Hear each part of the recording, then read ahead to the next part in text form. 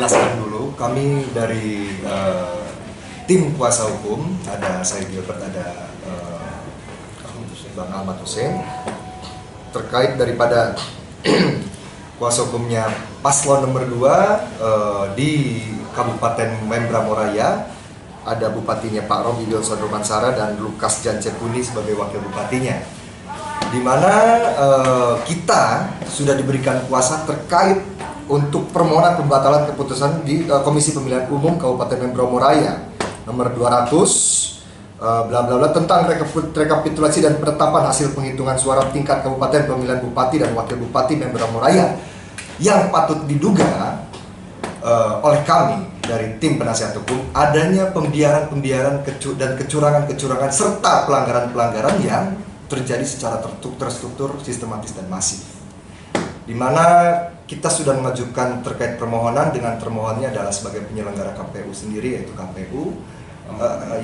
penyelenggara daripada pemilu itu KPU, dan pihak-pihak terkaitnya, di mana pihak terkait itu ada Bawaslu sendiri, yang di mana yang tadi saya sudah jelaskan juga ada faktor di mana yang patut diduga ada pembiaran daripada kecurangan yang terjadi. Kita membuat permohonan di MK, dan juga kita sudah membuat laporan juga terkait aduan kepada DKPP, kepada Dewan Kehormatan ya, terkait jadwal untuk mulainya terkait daripada proses persidangan. Selebihnya kalau untuk DKPP-nya pengaduannya sudah kita daftarkan juga secara online, baik secara fisiknya yang akan kita serahkan langsung kepada DKPP, tinggal kita menunggu daripada hasil putusan DKPP-nya sendiri. Pada intinya permohonan yang ataupun gugatan yang kita layangkan kepada pihak termohon maupun pihak terkait, kita lakukan demi tegaknya tiang-tiang konstitusi dan juga keadilan hukum untuk seluruh isi daripada apa yang sudah dilakukan oleh klien kami. Kalau terkait daripada apa yang sudah terjadi sampai terjadinya bisa adanya 3 tadi yang disampaikan oleh Pak calon bupati dan Pak calon wakil bupati, adanya 3 permohonan daripada seluruhnya dari 4 calon itu, berarti tandanya kita sudah bisa sedikit menggambarkan patut diduga bahwa terstruktur, sistematis dan masif ini terjadi di sana. Jadi sudah pernah kita laporkan jauh hari sebelum adanya putusan daripada pembacaan putusan daripada hasil rekapitulasi, yaitu dengan buktinya, kita punya buktinya di sini, ada tanda bukti penyampaian laporan. Dan ini kan sudah jelas di sini, ada ditandatangani sendiri dan diterima oleh daripada pihak Bawaslu. Ya. Tapi ketika rapat pleno di mana pembacaan daripada hasil rekapitulasi, di situ pula ada ketua Bawaslu kabupaten yang menyatakan bahwa tidak adanya pelanggaran sama sekali dan tidak pernah mengetahui adanya laporan terkait dari paslon nomor 2, yaitu dari klien kami.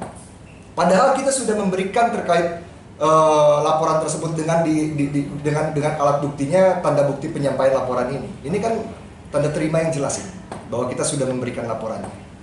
Dan dari pihak Bawaslu sendiri mengatakan belum menerima laporan dari kita.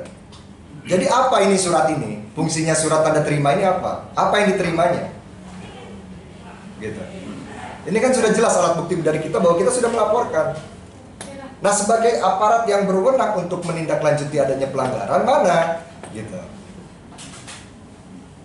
Posisinya di situ.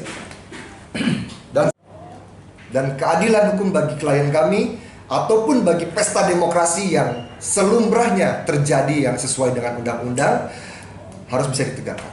Bukan seperti yang terjadi pada saat 9 Desember kemarin terjadinya pencoblosan di Membramo Raya ini, yang masyarakat Indonesia harus ketahui juga.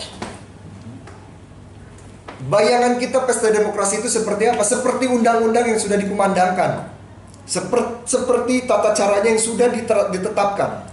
Tapi itu tidak terjadi di Papua, di Membramo Raya ini. Itu mungkin kalau bisa saya sebut itu seperti bukan bagian daripada negara demokrasi Indonesia ini. Itu sudah seenak perutnya saja sendiri terjadi pesta demokrasinya, pemilunya ini. Nah, itu yang kita perdebatkan dan itu yang nanti kita perselisihkan dan juga kita upayakan supaya yang saya ulangi lagi tiang-tiang konstitusi kita ini bisa kita tegakkan. Yang kami harapkan baik itu ada pengusung ataupun independen, saya mohon untuk ada perlakuan yang sama dan seadil-adilnya. Mohon. Dan ini mudah-mudahan menjadi satu presiden buat nanti ke depannya untuk kebaikan daripada demokrasi kita. Betul. Setelah mengajukan permohonan gugatan ke MK, kita juga melakukan permohonan pengaduan ke DKPP.